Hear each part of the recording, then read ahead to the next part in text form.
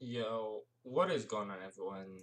It's Robin, and I am gonna be reacting to more stuff. So, yeah, today, I just learned, like, with my YouTube classes, but I mean, with my, university classes. So, I'm gonna start my, college semester, uh, and I just learned that I'm gonna probably need to take, like, three more classes, and I don't know how I'm gonna do all that, but like, yeah, my mother as usual is telling me, hey, you either got it in you, either you are good enough to be able to do it, or if you have some mental issues that make you not be able to be good enough, well, I don't know, maybe life isn't for you, maybe go work at Taco Bell your whole life, maybe do that, maybe that's all life has to offer for you, and, well, I've never been that type of person, I've always been the type of person to say, you know what? I'll throw away any fucking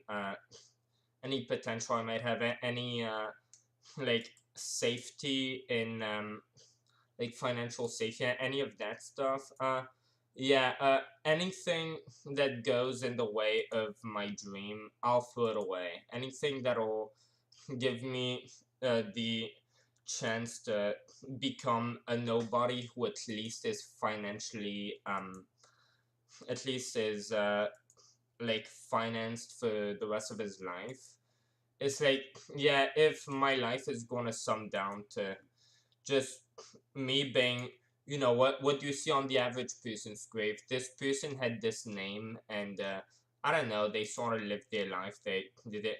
No, I'm not okay with getting a chance on this planet and making out of that chance just yeah, I guess this was sort of another person. Like, what do you know? There are a lot of people. They like, what do you know? How do you describe this person? How do you describe most people? So, yeah, I don't care if I like again throughout like the last 3 to 4 years, whether or not I'd even be able to get to stay in the United States or whether I'd be deported.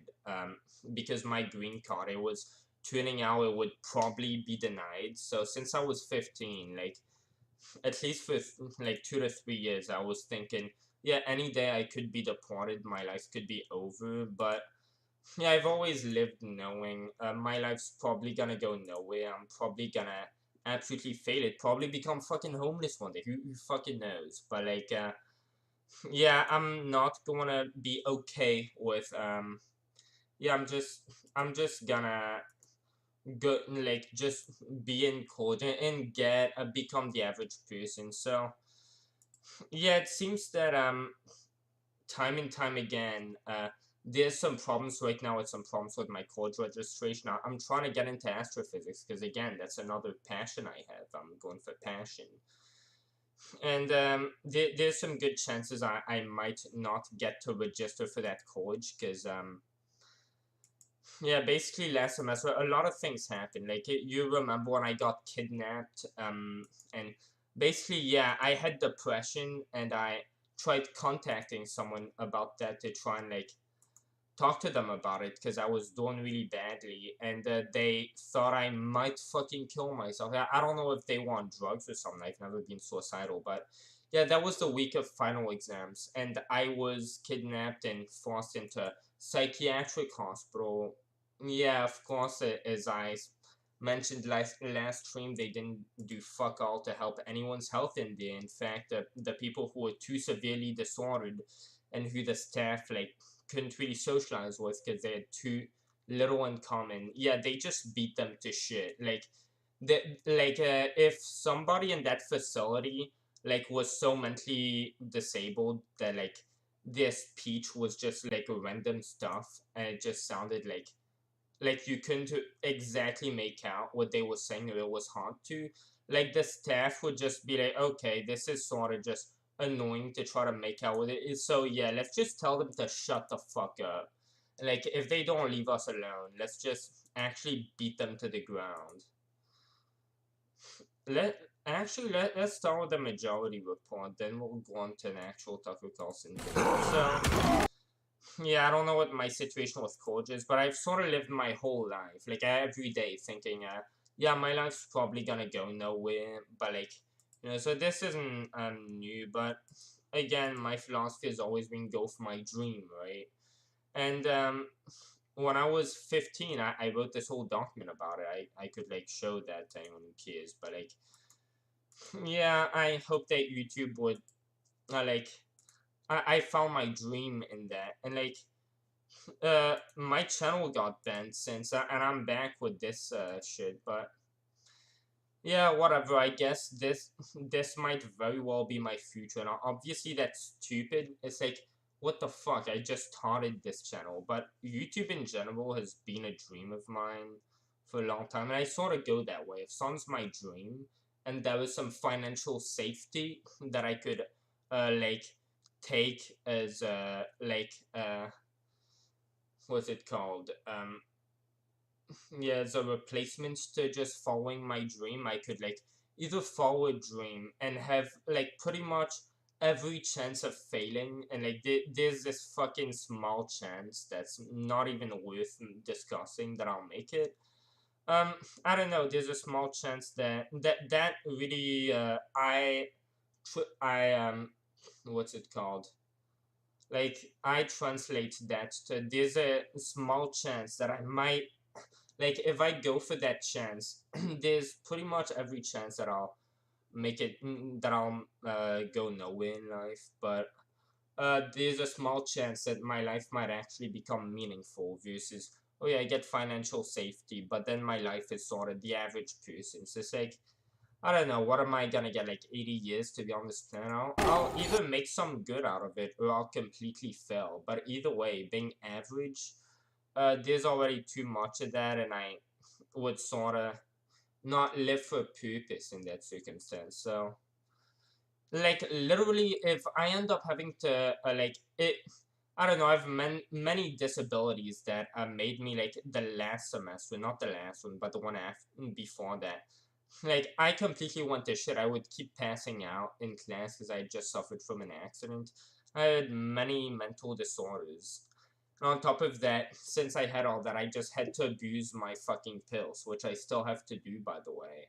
I'm still trying to get that on. So, I don't know. I'm not quite ready for. And yeah, they just told me instead of taking one class, you might have to take like a minimum of three. So, again, if I have to drop out of college to like 99% I become homeless, 1% chance I make my dream a reality. Um, like, I don't care. Uh, 100% chance of becoming average and just having to live 80 years knowing that like once you die, like on your fucking gravestone, you might as well have written this person was the average person versus probably living misery as I've always fucking lived, to be honest, since I was like 14. Just continuing down that, like, yeah, I just have my sense of priorities made more. So, yeah, I'm super fucking drunk. And it's like, again, for the past, like, 2 years, have I ever been sober for, like, more than 20 minutes? It's like, yeah, I've already digged a hole for myself, and I'm gonna go all the way through it. Whether it leads me to greatness or mid, I'm not gonna be average, so. Either way, no one really cares. I just thought I'd get that out of the way, because I just had that, like, stuff fucking told to me, but let's see what someone like the Majority Report, who just strawmans fucking libertarians like Ben Shapiro, as, oh, well, if you believe in property rights over fucking the human rights that would be to get all of these things that you can't really afford unless you steal people's money. Yeah, if people have a priority of property rights over these other fucking human rights to have a great life, if you can have it, yeah, he just all Sam Sado does really is just trauma, and any libertarian is, oh well, if you're against fucking say healthcare for all because you're for property rights and you don't think that trivializing property rights justifies this, tremendously good cause that you're trying to sacrifice property rights for. Sam Seder will just go on a limb and say, oh, well, that's because you don't support whatever cause we're trying to sacrifice property rights for. Like, it's not that you care about property rights, it's simply that you disagree with our cause. And what evidence do I have to back that up? Well, I have all the clips that I'm not gonna show of the person I'm criticizing literally saying the opposite of what I'm saying that their position is, but I'm not gonna show that obviously. So yeah, I'm just gonna assume that they are against human rights because they believe that some human rights take priority over other human rights if the two are incompatible. So yeah, some Seder definitely isn't the best fucking but either way, let's see. He has something to say about Tucker Carlson. How old is this? I'm so fucking drunk. Less than an hour ago, so this is pretty new. Pro tobacco, dude. Like I just have to watch for some. Is it like? Is this one of his new fucking YouTube videos? Because if it is, I should watch that. Like, I don't know. I know the videos are just segments of other things, so. Good evening and welcome to Tucker Carlson Tonight. Sheila Jackson Lee is famous in Washington for being the single most obnoxious member of Congress. Now, that's a title that, as you can imagine, has many contenders. But Sheila Jackson Lee stands alone. Yeah, okay, I'll watch that in a second either way. Let's just look at that first.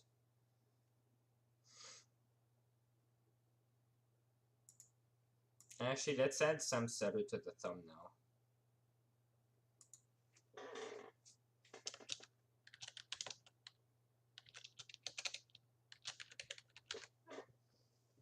Okay, now I could even add,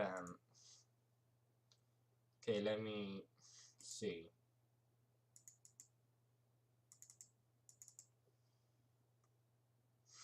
Some Seder. What is this guy? Okay.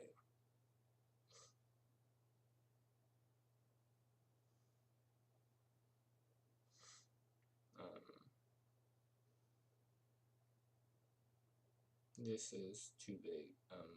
What? Dude, I definitely have some Seder versus Tucker Carlson in.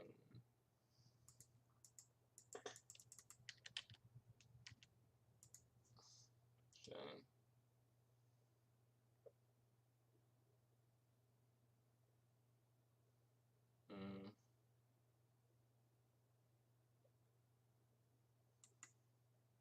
Okay, so what?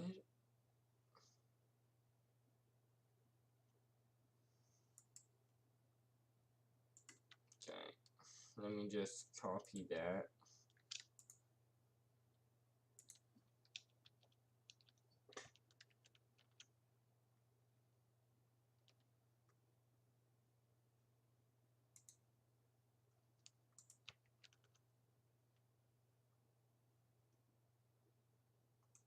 Okay,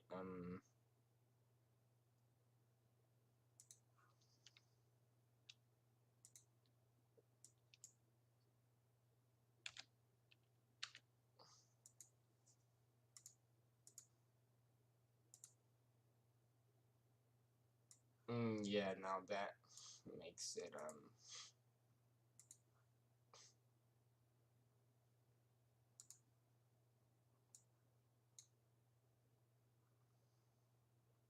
yeah, let me add some Seder to the thumbnail. I mean, to the. Okay.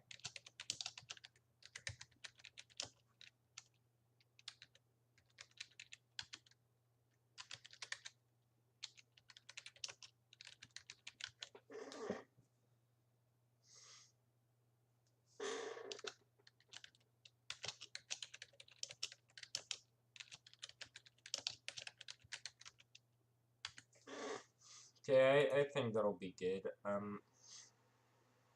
Oh shit, my is turning on.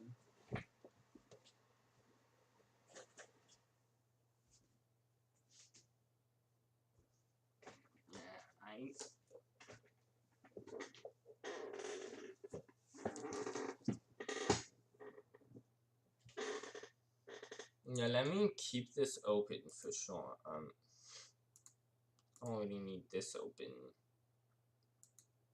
for sure. I already need this open. I'll just like on this video. Either way, yeah, let's just get into this. Told this story many times, but when Janine hosted. By the way, hell yeah, I'm gonna be taking fucking shots, dude.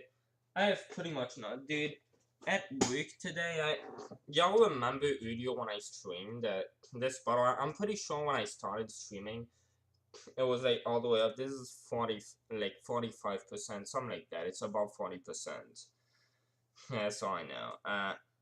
Yeah, it's pretty much drained, dude. There's nothing left. Like, yeah, I know I need to stop doing all that dumb shit. Fuck, dude, I've been trying, dude. It's like, shit, I don't know what to say. I guess it's not that easy. Let me see. This is some good stuff. Hosted Crossfire with Tucker Carlson. Dude, let me just restart this. I've told this story many times, but when Janine hosted Crossfire with Tucker Carlson, Crossfire, that's a pretty old thing from Tucker. Then, alright, wait, let me...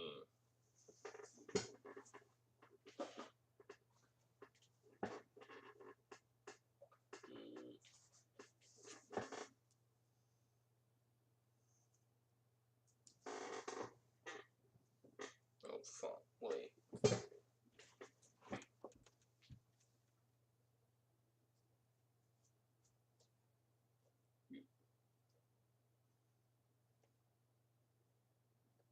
Fuck is all this?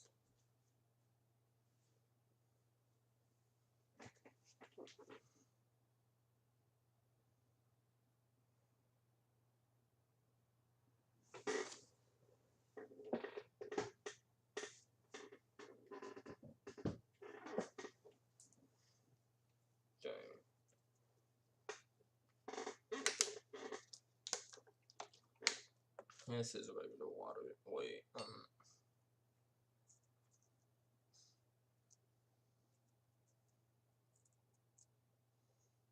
So apparently someone called Janine or something once wrestled with Tucker Carlson on some issue.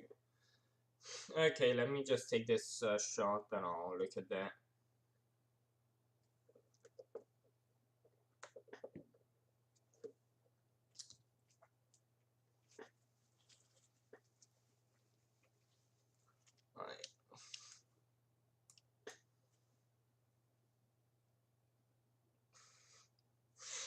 I've told this story many times, but when Janine hosted Crossfire with Tucker Carlson, they would spend a lot of time out back smoking cigarettes.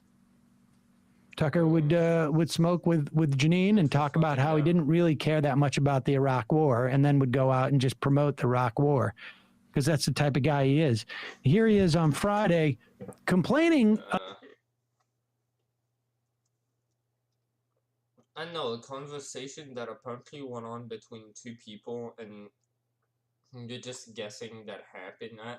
About. I don't know if I believe that, sort of knowing Tucker Carlson. It's like I watched it from, I don't know, seems sort of out of character, but smoking, and the big achievement for the Republicans in Congress, making smoking legal again in that building. So what's interesting is that for the past 2 years, the Biden administration has been actively encouraging drug use among Americans, not just weed. There are dispensaries on every corner in every town in the country all of a sudden. Some people are getting rich from it. Smoke more weed. It's good for you. But also, pause it for 1 second. Yeah, we need to. I mean, Biden was one of the only major Democratic presidential candidate. I wonder how Tucker fucking like rationalizes being pro cigarettes and not pro weed, because like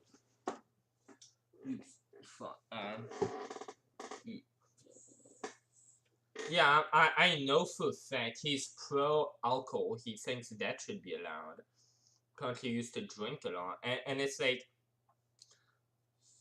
alcohol is stronger than weed. Like, you can overdose on alcohol. You can't really overdose on weed. There's a lot of stuff like that. And again, I think he makes a really good point. At some point, he said, yeah, you can't sit with a kid at a dinner table who smoked weed, but like someone who drank, yeah, weed, at least from my personal experience, it just makes you stupid. Just makes you fucking brain dead retard.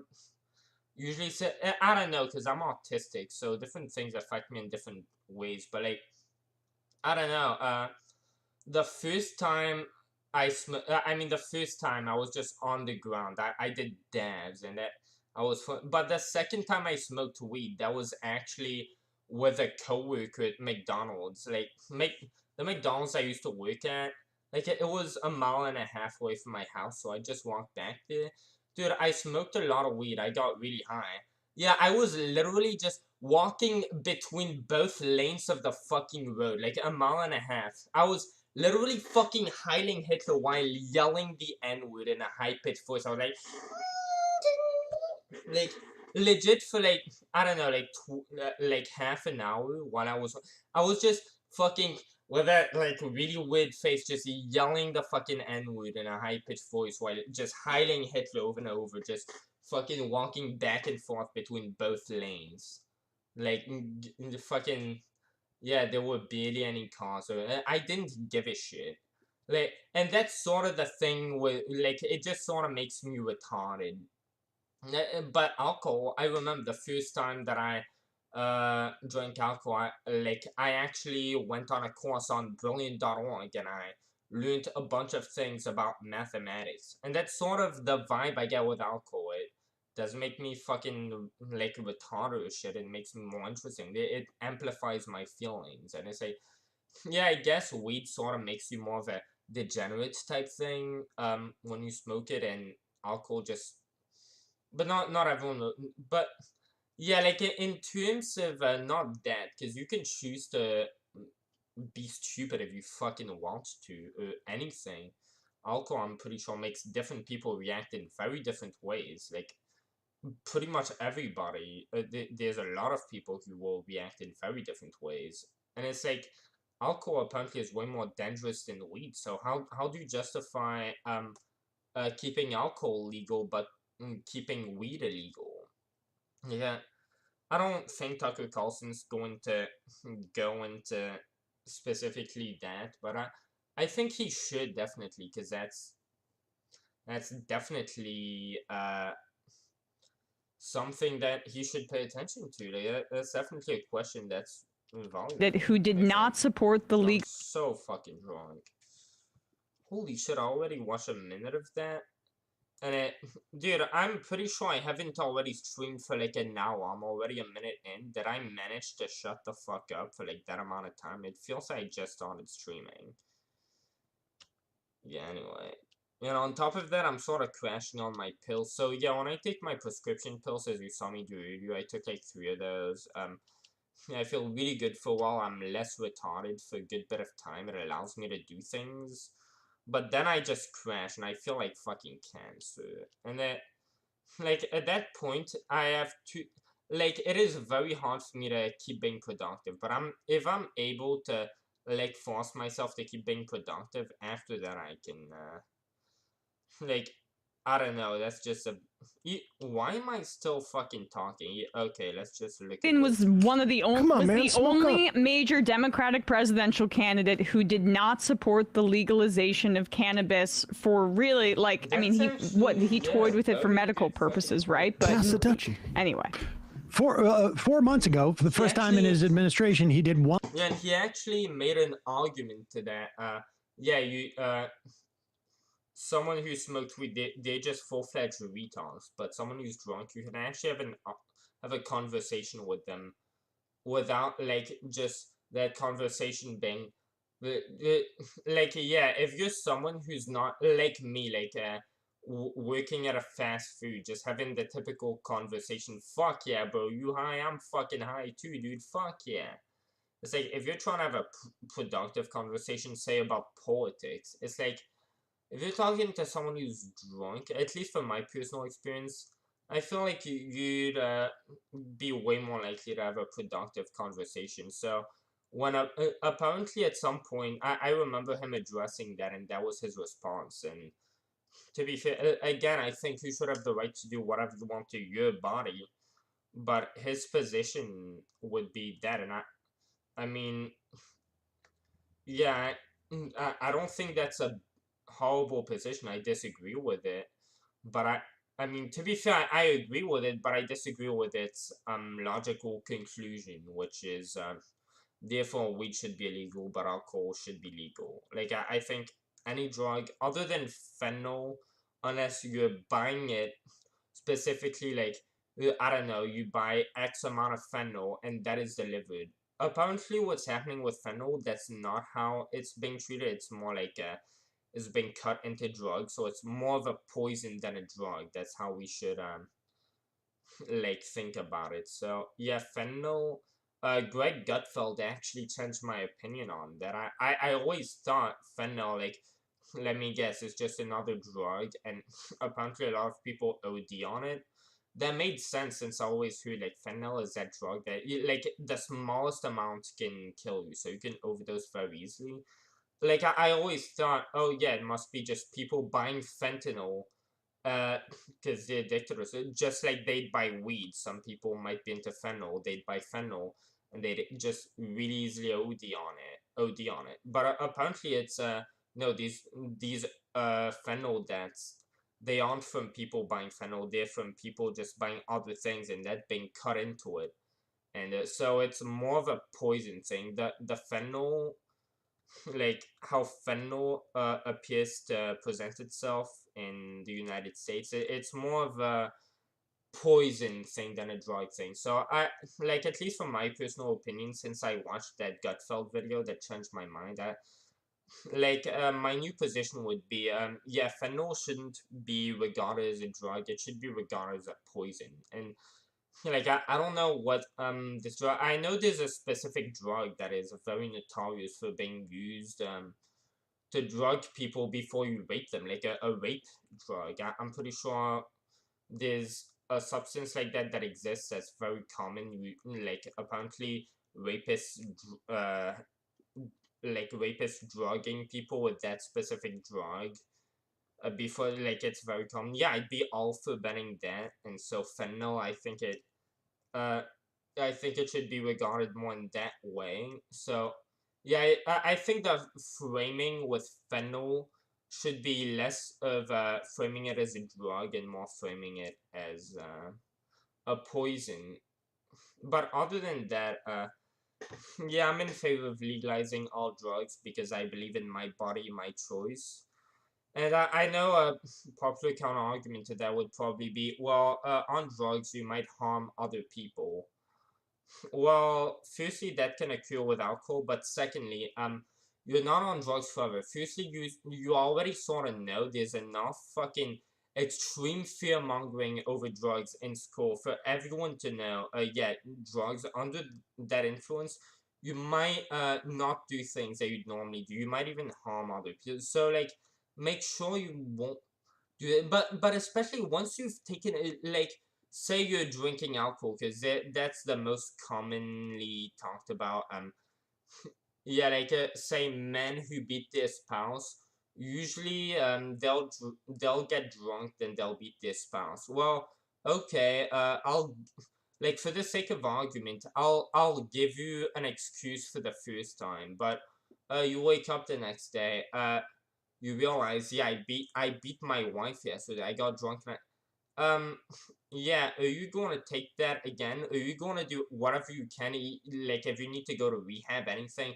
No, I'm not going to allow myself to beat my wife again. Especially after the first time, you're not going to be addicted, if you weren't already drunk when your wife fucking came with you.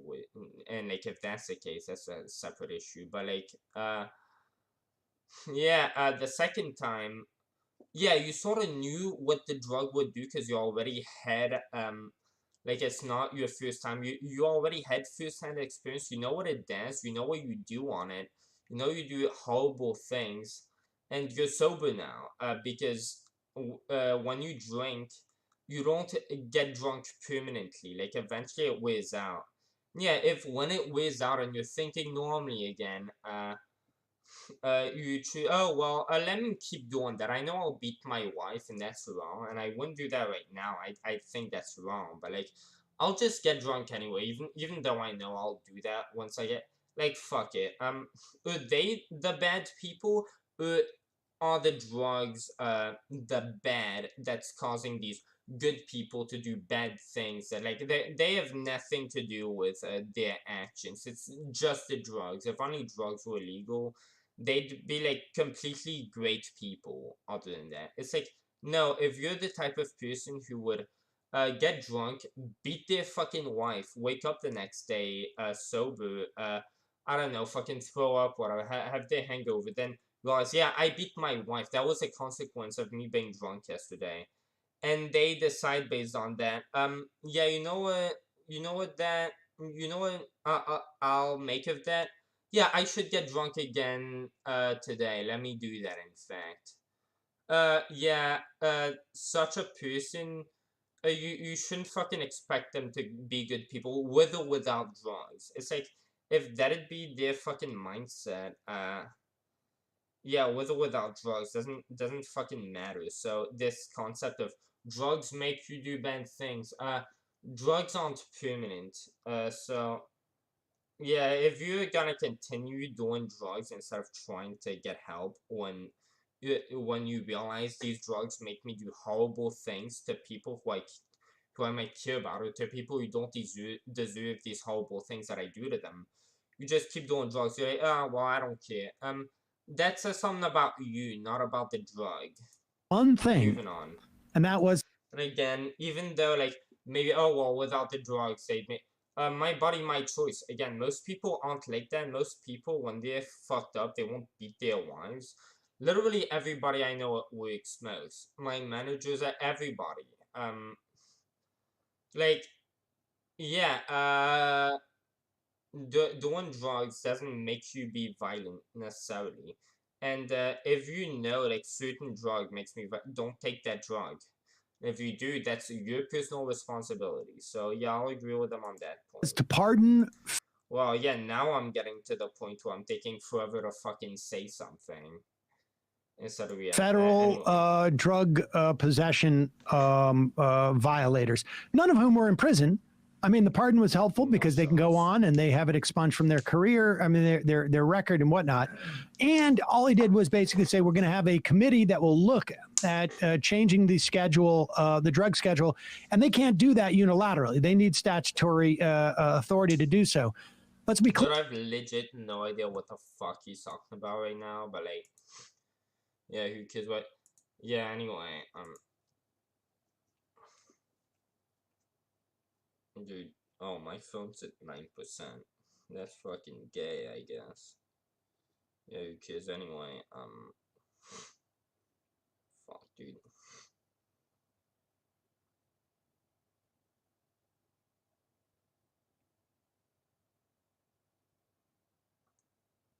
Uh.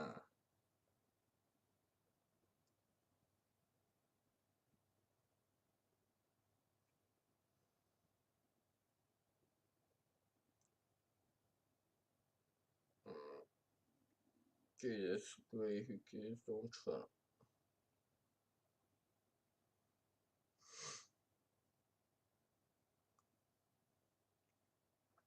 Oh, fuck.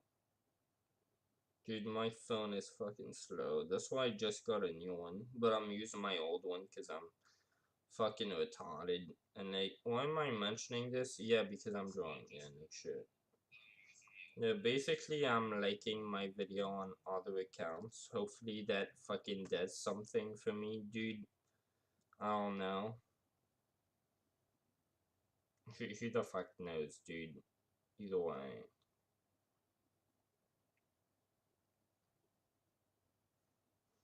Dude, this is really slow.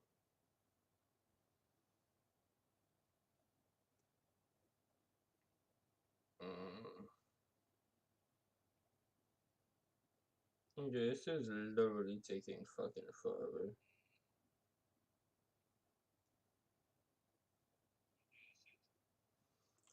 Dude, fuck. I'm gonna go use the bathroom. I'll be. Before I go do that, I guess I'll take a shot. Well, I'll take half a shot.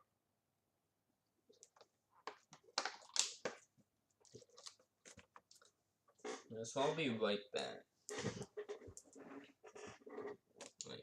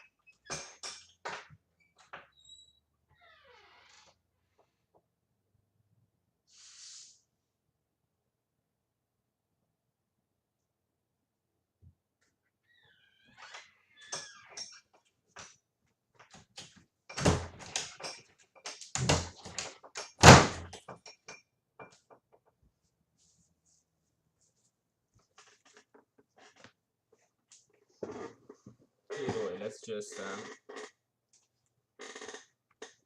wait, let's just keep watching this. The drug schedule, and they can't do that unilaterally. They need statutory authority to do so. Let's be clear. There's 20 some odd states now have recreationally legal marijuana, more with medical marijuana. Wait, there's 20 some odd states now have recreationally. Let me see. By the way.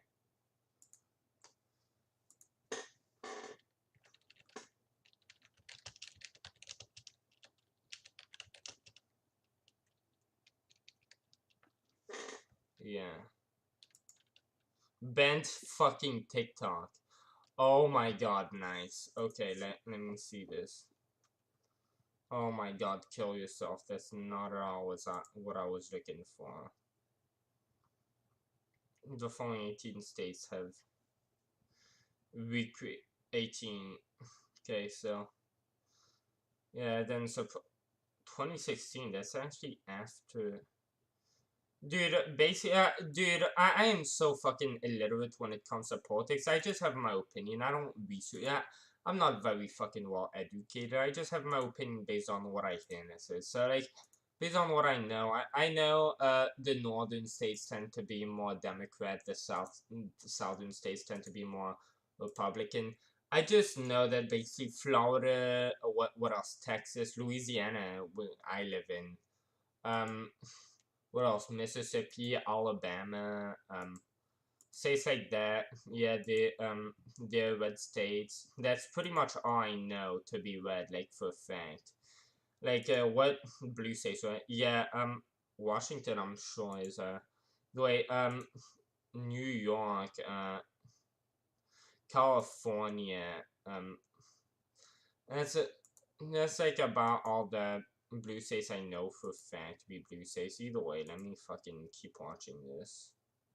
That's pretty cool. Legal marijuana, more with medical marijuana. That's a state by state thing. So he's just lying with that as the premise, of course, but then it becomes more problematic. Wait, he didn't even mention the weed fucking at all. I guess he was talking about drugs. I remember him saying like, oh yeah, drugs, man. Dude, did he even mention weed like at all in this? Fucking did he? I don't think he did, dude. Hell, either way, fuck, should I smoke more weed? Wait, just a second.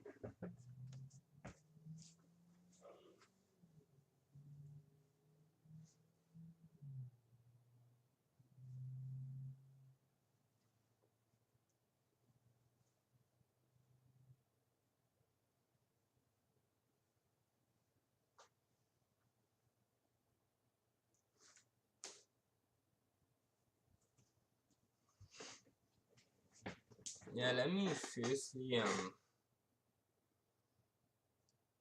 it's the little end of this.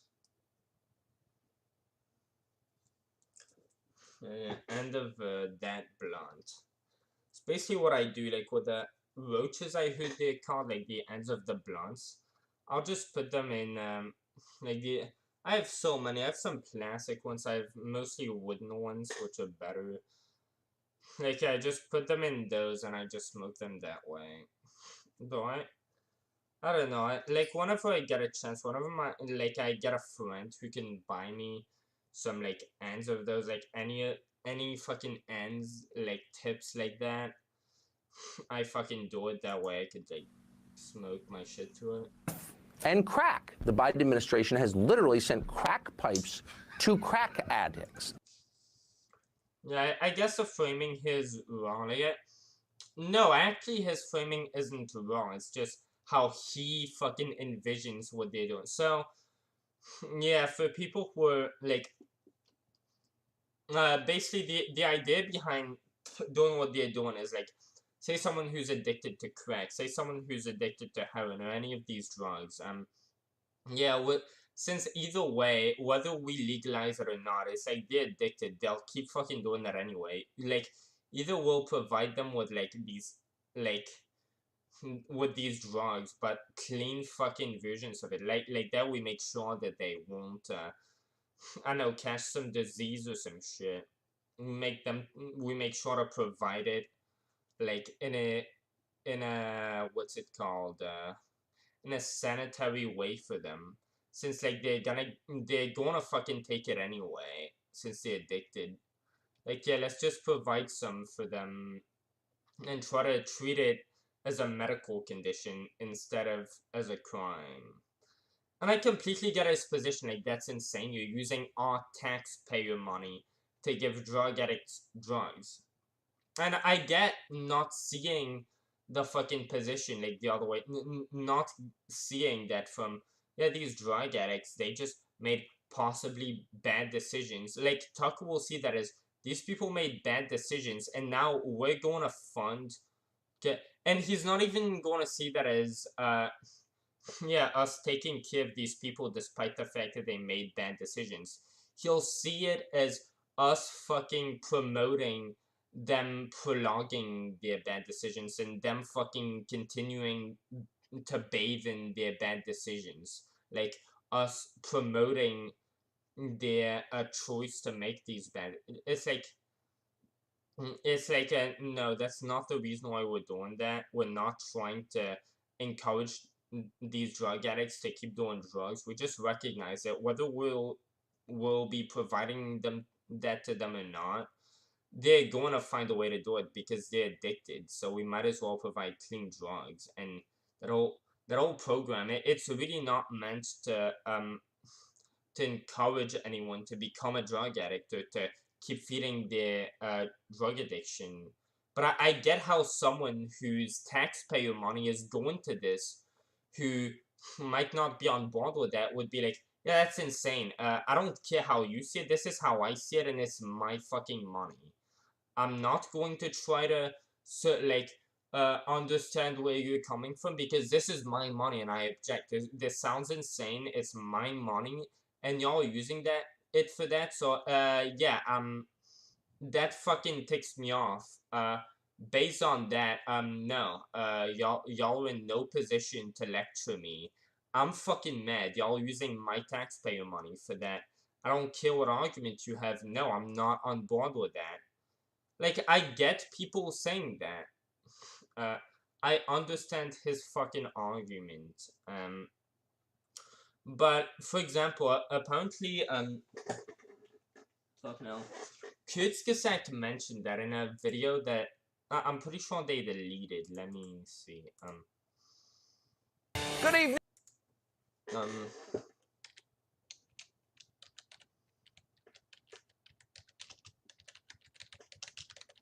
The one drugs. Yeah, like in this video, I'm pretty sure they mentioned that. Like, there's a country that did that. Instead of regarding drugs, instead of addressing drug addictions and drug addicts as criminals, like, there was some counter. Apparently, what drove them to do that was that they were overwhelmed with a huge drug crisis, and they did some radical. Like, they legalized all drugs, and they treated drugs as a medical thing, as a medical problem instead of as a crime.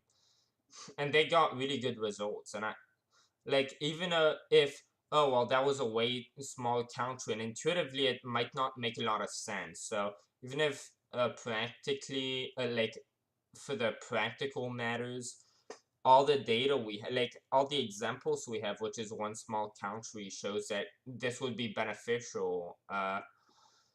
Yeah, I get someone saying, I don't care, this is my taxpayer money, and this sounds right off the bat absurd. I'm not even interested in, hearing more about this. Like, I've made up my mind already, because this is my taxpayer money, and this is enraging. And I get people thinking that way, not wanting to think out of the box and thinking, oh, so you're saying we're going to use your taxpayer money that way. Just the fact that you're suggesting that the money that you stole from me is going to funding drug addiction. Yeah, I don't want to hear your fucking case. You're wrong and I'm right, and I'm mad. So I don't care what you have to say. I get Tucker's position. I can honestly empathize with him. Something we never thought would happen, but they're doing it. Crack pipes to crack addicts, something we never thought would happen, but they're doing it. No, they're not. On the other side, you have Republicans. They're back. Yeah, they are. They're just providing clean fucking all that. I'm pretty sure it's on in one very specific city, and everyone's just having a mental breakdown over that, but it's just in very few fucking areas, in very few places. But apparently, yeah, they are doing that. But the whole premise behind that isn't to try and influence drug addicts, try to yeah, what's it called? Yeah, it's not to try to encourage them to stay drug addicts or to keep doing drugs because, oh, well, supply and demand. Supply is more easier. Okay, well, yeah. No, apparently there was a test. Yeah, I'm gonna go over this video before I keep watching it. This is a very good video, by the way. Kurzgesagt deleted it because they have the best of the best standards. I recommend anybody who watches my channel subscribe and watch every Kurzgesagt video that they might feel is relevant to them. I think they do the best of the best job. They outdo themselves in every capacity, but here's a video from them. What causes, say, heroin addiction? This is a really stupid question, right? It's obvious. We all know it. Heroin causes heroin addiction. Here's how it works. If you use heroin for 20 days, by day 21, your body would physically crave the drug ferociously because there are chemical hooks in the drug. That's what addiction means. But there's a catch. Almost everything we think we know about addiction is wrong. It's a pretty old If you, for example, break your hip, you'll be taken to a hospital and you'll be given loads of diamorphine for weeks or even months. Diamorphine is heroin. It's in fact much stronger heroin than any addict can get on the street because it's not contaminated by all the stuff drug dealers dilute it with. There are people near you being given loads of deluxe heroin in hospitals right now, so at least some of them should become addicts. But this has been closely studied. It doesn't happen. Your grandmother wasn't turned into a junkie by her hip replacement. Why is that? Our current theory of addiction comes in part from a series of experiments that were carried out earlier in the 20th century. The experiment is simple. Apparently I have a stream chat. Let me look at that. Yo, do you want to react to my song for YouTube video? Your song. I guess yeah, sure, just send me the link. I'll look at it. Sure. Doesn't happen. Your grandmother wasn't turned. Some of them should become addicts. Dilute it with. There are people near you being given loads of deluxe heroin in hospitals right now, so at least some of them should become addicts. But this has been closely. I actually was given morphine like for a long time. Yeah, and I was craving like every they'd actually let me choose at some point with it between a 10 milligram dose every like 2 hours and every 4 hours a 20 milligram dose, and I'd always go with a heavier dose, by the way, and like every 3 hours it was. And yeah, but no, I'm not a morphine drug addict. I remember very well what the feeling was. It was very great. I enjoyed it a lot. But yeah, I'm not an addict, so I guess that's an anecdote that doesn't prove anything, but I guess it's worth mentioning because I'm reacting to this. He studied. And it would like it would credit their point. It doesn't happen. Your grandmother wasn't turned into a junkie by her hip replacement.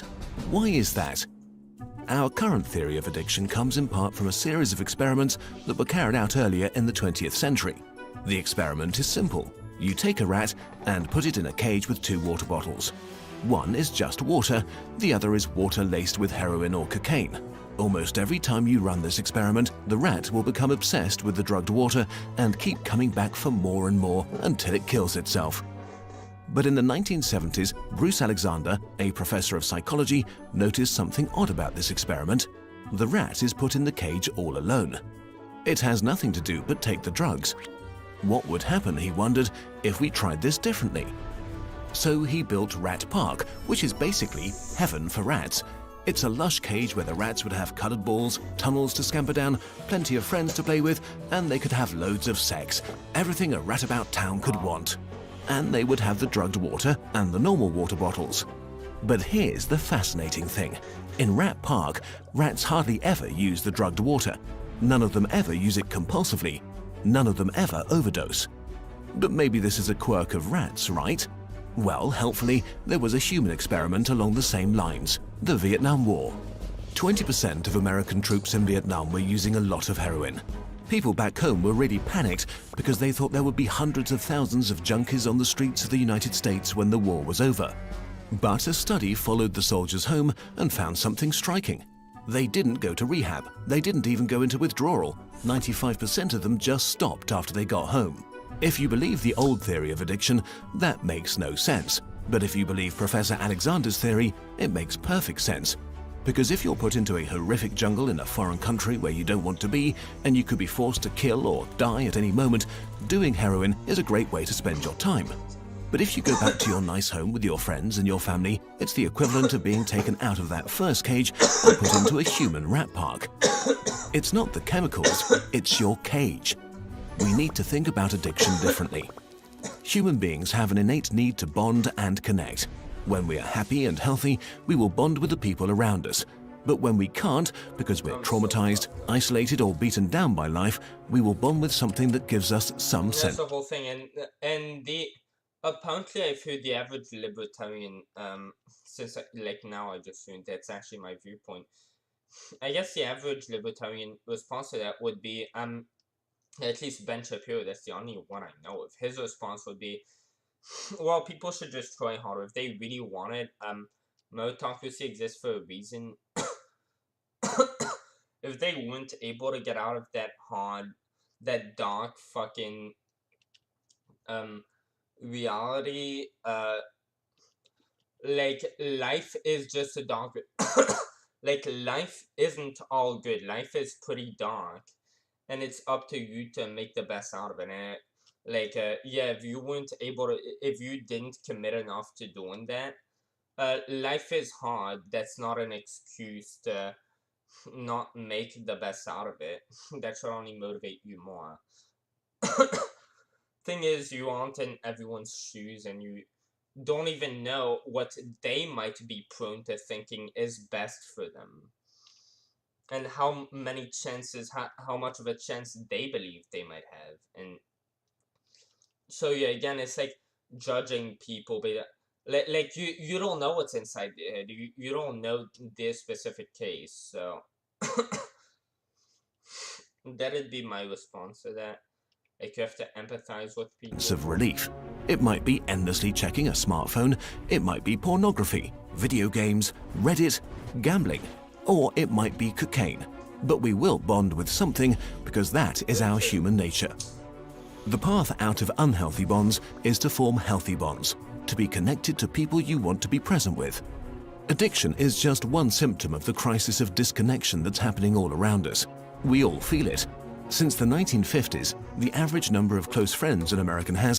And who the fuck knows? By the way, this has nothing to do with one another. Like, yeah, I've been happy since I was 13, 14. I got in that car accident, and I actually developed depression. I've gone bad since then. But, yeah, like, it's like, maybe if I had friends, maybe if I wasn't an autistic, degenerate fuck who, like, is sort of pathetic, sort of not appealing to be around. If this wasn't the case and I actually had friends and didn't live my entire life like in my room every day, just wake up, I'm like alone in my room, that's like I know that's where I'll be spending my entire day until I go to sleep, in that same room, and tomorrow I'll wake up, do the same thing.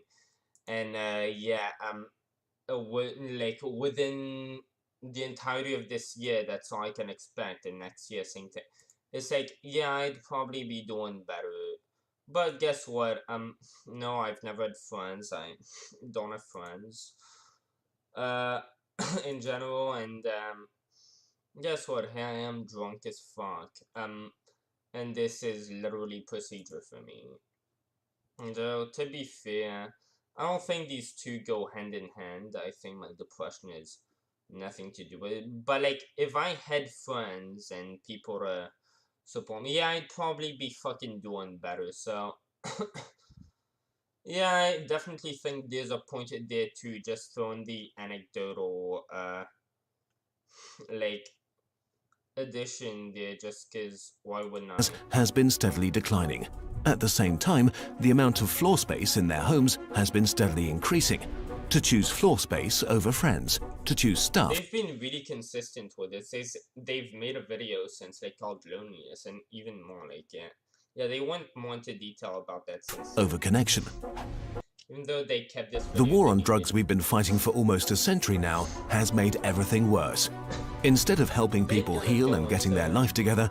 Are they going to go into the other countries that have, like, actually addressed this in better ways? I'm sure they did. I feel like this video is too short. They do such a good job at just cramming every point into the shortest video without losing any value, like production value, meanwhile. They're just such legends. Like, if I was president, I would put them in control of, like, just so many fucking things. Like, any decision I would ever take, I would consult with their team before taking the decision. Like, with a lot of people, like, I would include their team within those. We have cast them out from society. We have made it harder for them to get jobs and become stable. We take benefits and support away from them if we catch them with drugs. We throw them in prison cells, which are literally cages. We put people who are not well in a situation that makes them feel worse and hate them for not recovering. For too long, same thing with pedophiles, by the way. Just gonna throw that out there. We've watch the live stream I don't know 2 or 3 live streams ago for content. Tony Hassan Abi thinks consent means nothing. About individual recovery from addiction. But we need now to talk about social recovery, because something has gone wrong with us as a group. We have to build a society that looks a lot more like Rat Park. Yeah, again, why do we throw drug addicts out of the way? Oh, you're a drug addict? Yuck. Oh, you're a homeless person? Would you date a homeless person? Imagine a homeless person who looks cute. Like, would you... Most people would say no. Like, why not? Imagine a homeless person. What? They're a friend you could easily make. Just give them $3 and they'll be really, really gratified. And from there, like, start a conversation with them. Like, they're out on the road, like, holding up their signs. They're probably really bored. They could probably use, like, someone like you who could be a friend, like, going up to them. Like, on a weekend, you see them always, like, out on the road holding their sign. You know they're gonna be there on the weekend, because that's where they're gonna be 365, 24/7. Like, go over to them. Give them, like, I don't know, $20. Start a conversation with them. Start being friends with them. They're like, that's an easy friend you could make. Like, if you had... And it's like, that could... why isn't that the type of thing that you feel like doing when you see a homeless person? Why are you just like, oh yeah, let's just skip that. It's like, yeah, we do tend to exclude a lot of people. Even though the average fucking, very liberal type person will be like, oh yeah, the middle class is just, like, they're so excluded. We don't... does the average person who thinks that way, will they give $5 to a homeless person every time they see them? No, so shut the fuck up. Like, I don't have money on me whenever I'm in the car.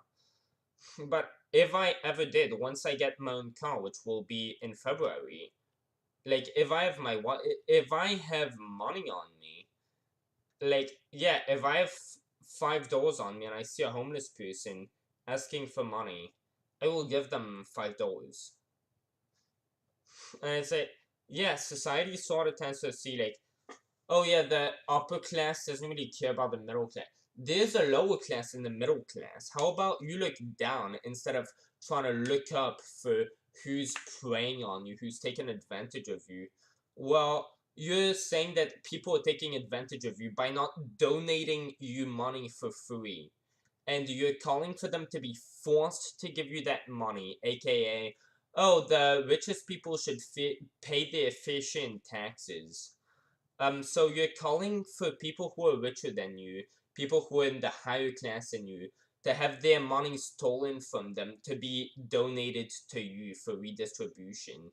Well, dipshit, next time you go to McDonald's and you buy yourself a $10 meal, like the average middle class person I'd imagine you'd see, and right on your way out from McDonald's, you see a homeless person just like, they are skinning, they're begging for something. Like, how about you give your meal to them? If you don't eat, big fucking deal, you probably fucking ate at noon. They like, it wouldn't be surprising if they hadn't eaten anything that entire day. How about you give what you have that is clearly extra? You don't need that. You could literally go buy yourself another fucking McDonald's. How about you go do that? How about you give your meal to that homeless person? Are you gonna do that? Oh no, like, who? Yeah, this is my money. Yeah, what a great double standard. So you don't feel obligated to give homeless people, like, your meal if they need it more. You don't feel obligated to, like, at least one homeless person. I know if you have a house, if you are one person who owns a house, who doesn't have, like, any, but, like, you just live alone in any apartment, you can definitely fucking house at least one homeless person. I bet you can manage it. Wait, let me It's like, oh no, yeah, you can manage it. You'll fucking live. You can even give them food. You might live harder.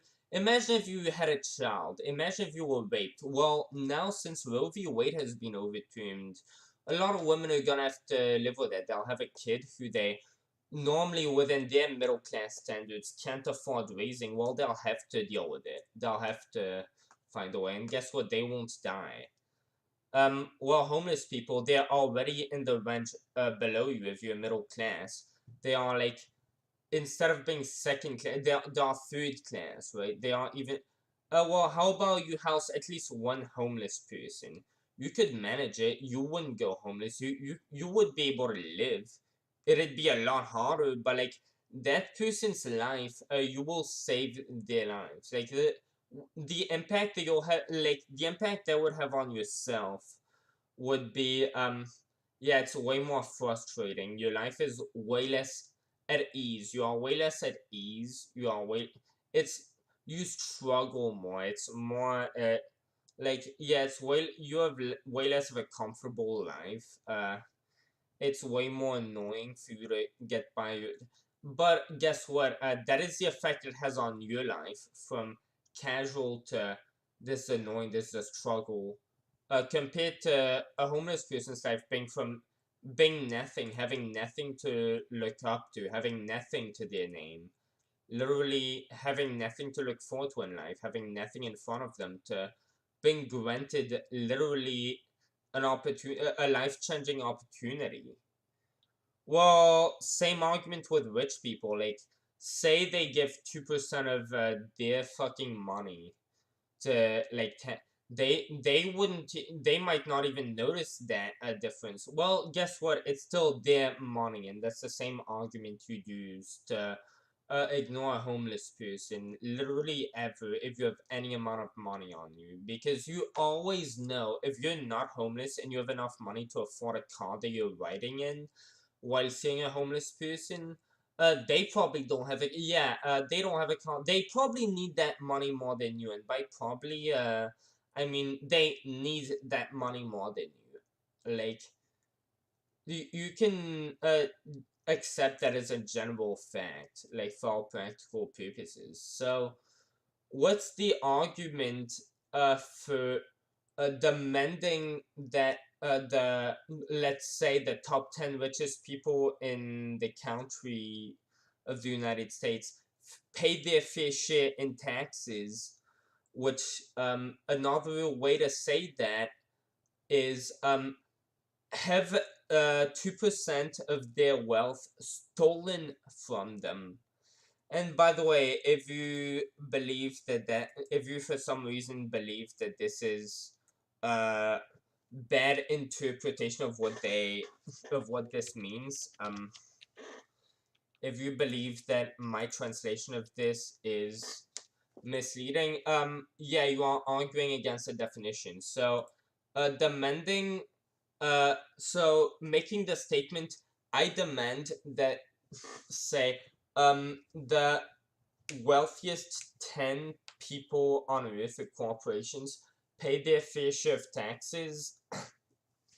That statement and the statement, I demand that the X, say 10 richest people, that 2% of their wealth be stolen from them and given to me when it really belongs to them.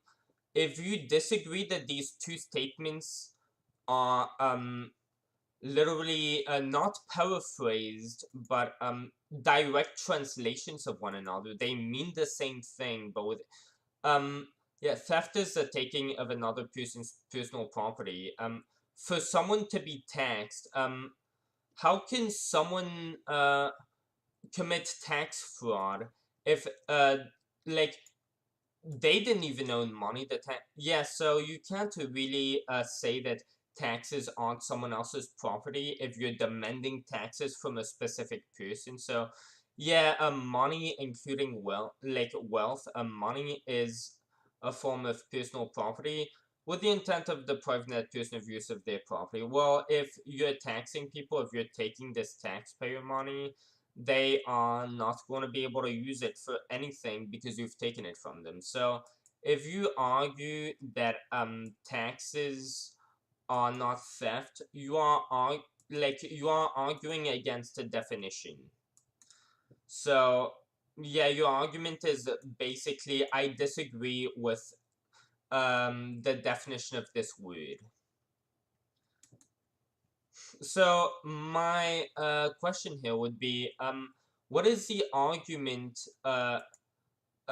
for demanding that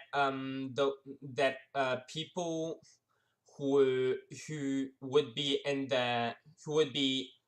the class above you that 2% that any amount of their wealth be stolen from them against their will to be given to anyone else, while you wouldn't be in favor of any amount of your what's the argument for being in favor of any amount of money being stolen from someone just because they are the class above you, while not also arguing in favor of your own money being forcefully taken from you and given to homeless people?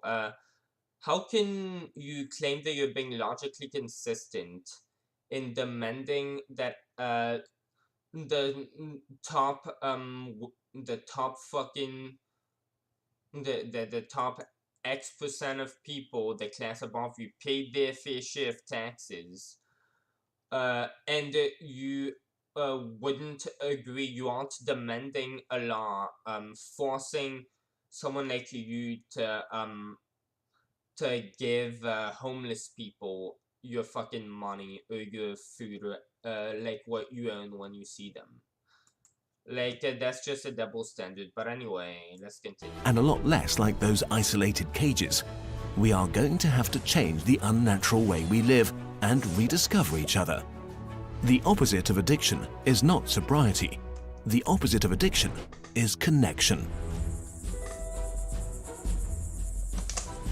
I don't think that's the full story, but I definitely liked it.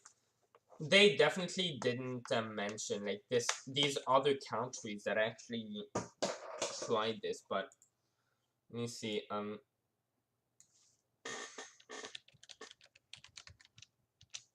I know they made some other war on drugs. Yeah, this was the video I'm looking for. Want a job that Let me see if anybody. Okay, no one. that I don't hate. Over 40 years ago, US President Richard Nixon declared drug abuse public enemy number one, starting an unprecedented global campaign, the war on drugs. Today, the numbers are in. The war on drugs is a huge failure with devastating unintended consequences. It led to mass incarceration in the US, to corruption, political destabilization and violence in Latin America, Asia and Africa, to systemic human rights abuses across the world. It negatively affected the lives of millions of people. All of this while we waste billions of dollars every year only to create and fuel powerful drug cartels, while the goal of the war on drugs seems less achievable than ever. A world without drugs. How could this happen? I wish it could this act.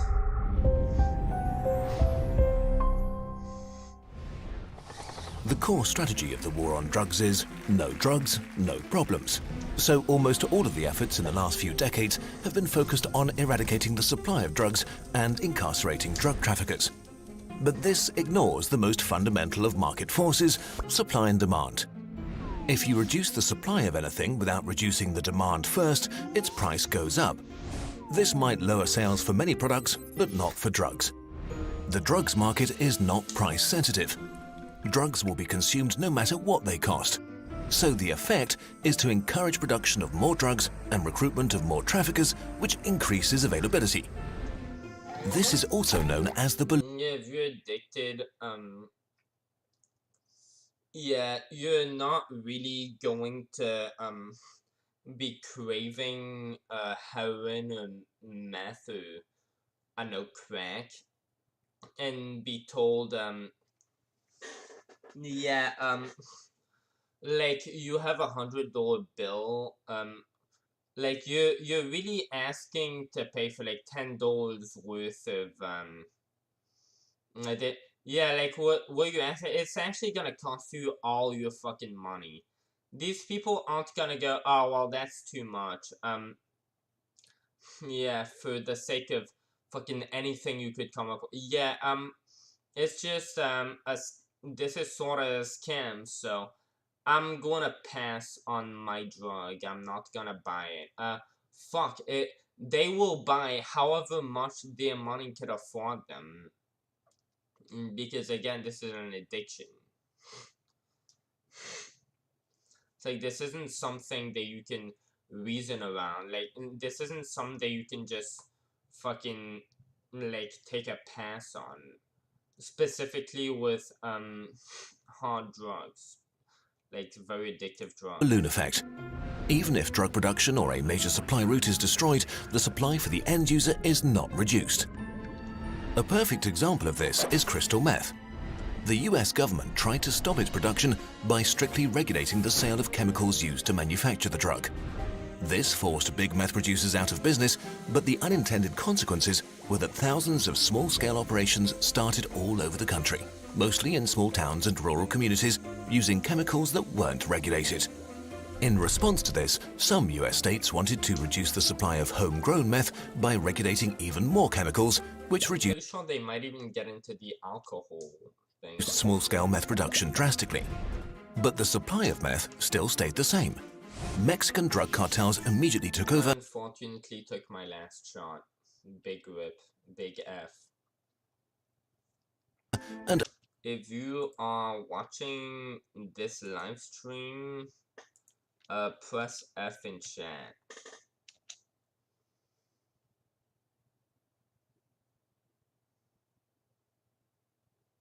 What is this about? My live stream may be temporarily blocked.